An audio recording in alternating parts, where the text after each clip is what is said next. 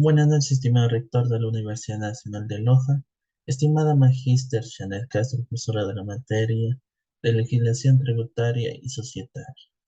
Mi nombre es Jefferson Café, estudiante de la carrera de Contabilidad de Auditoría, ciclo segundo paralelo B. A continuación daré a conocer las ideas de mi mapa mental, el que consiste en el título principal, las especies de compañías y el rol de la superintendencia de compañías. Para ello, primero debemos mencionar los 6 tipos de compañías que existen dentro del país. Para ello, vamos a comenzar con la compañía en nombre colectivo. Yo definí ciertas características que les creí conveniente en este momento, que son como todos los socios deberán responder de manera subsidiaria, limitada y solidaria a sus obligaciones sociales.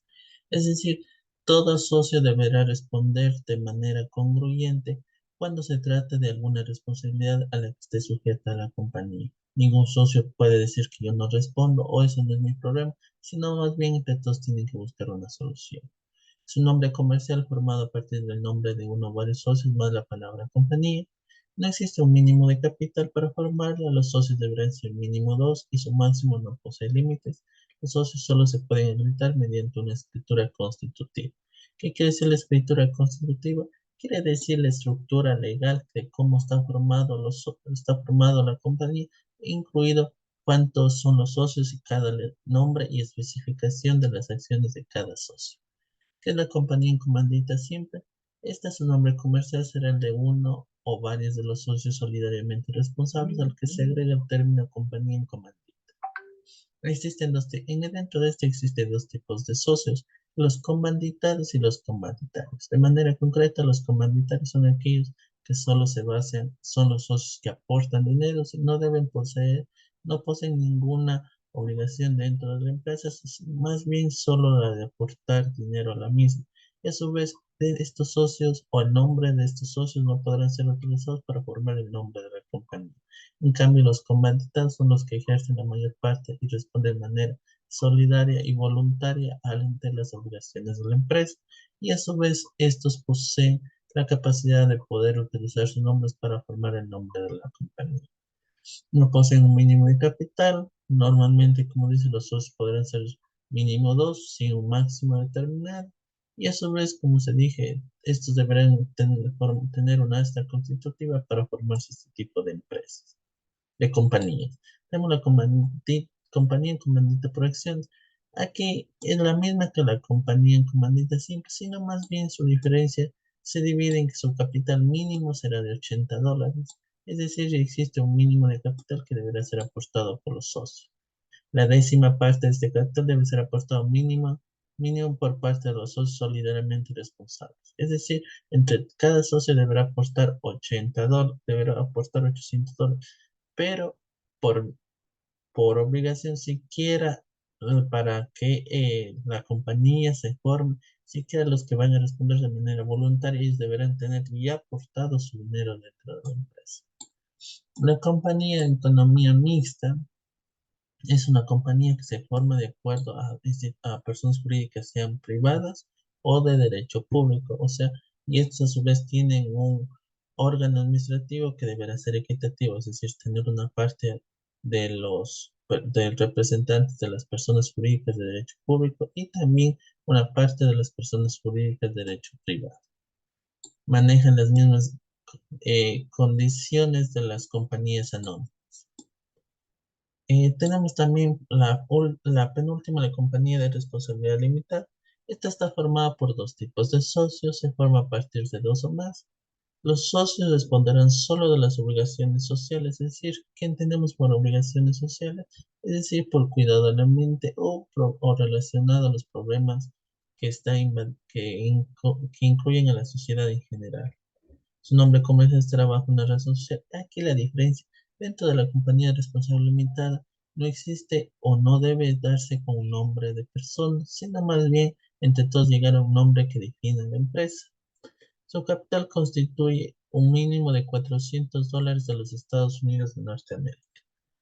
La compañía anónima, esta en cambio se basará su nombre en una denominación, y al igual que la compañía limitada,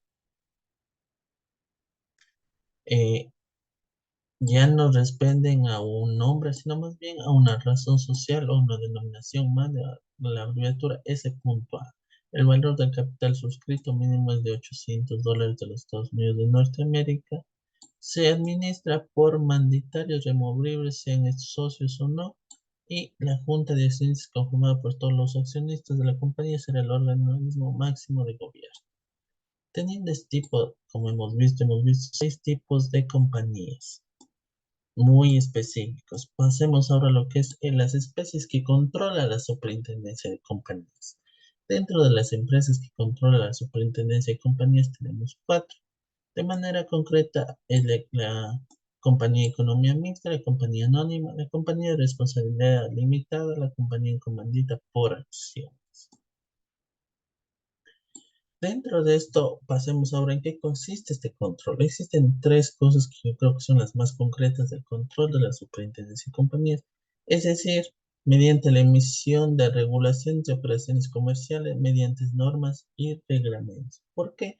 Porque estas normas y reglamentos no solo especifican cómo la empresa debe estar estructurada, sino más bien determinan los puntos claves aporte de los socios para cada tipo de compañía, determina cómo deberá dominarse cada socio, qué responsabilidades tendrá cada socio, y esto lo hace mediante normas y reglamentos, como mencioné. ¿Por qué normas y reglamentos? Si se establece una norma, esto indica que va a ser de obligatoriamente cumplimiento, por ende, se cumple este paso.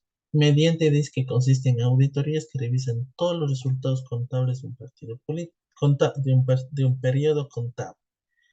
¿Por qué razón aquí de un periodo contable? Por la siguiente. Las auditorías, como nosotros bien sabemos, es la revisión de todo lo que completa el estado financiero de una empresa. ¿Por qué razón consiste en auditorías? Esto se debe muchas veces a que por ejemplo hay socios que van a esta superintendencia y denuncian que sus pagos no han sido realizados.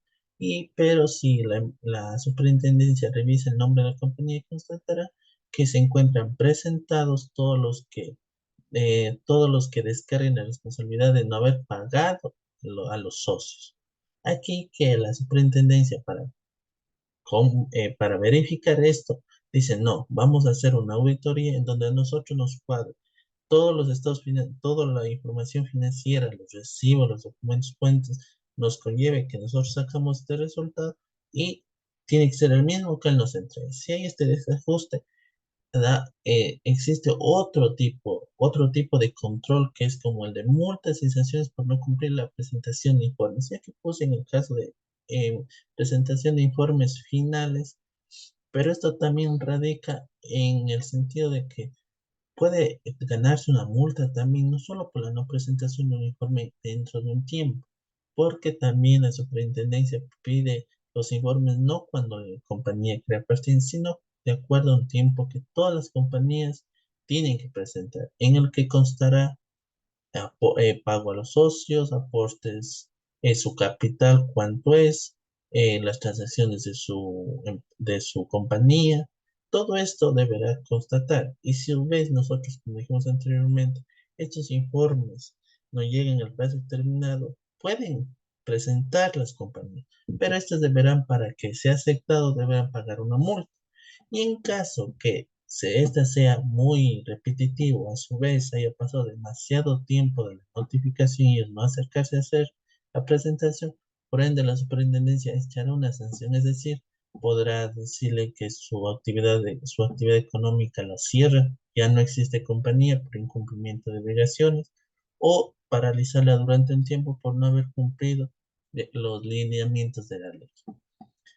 Como una conclusión, podríamos decir que la superintendencia de compañías siempre controla, vigila y acredita toda actividad comercial de una compañía mediante reglamentos que no solo conllevan a su estructura, sino también conllevan a cómo ésta deberá iniciarse y ésta cómo debe cumplir su disolución y por ende después sus liquidaciones correspondientes.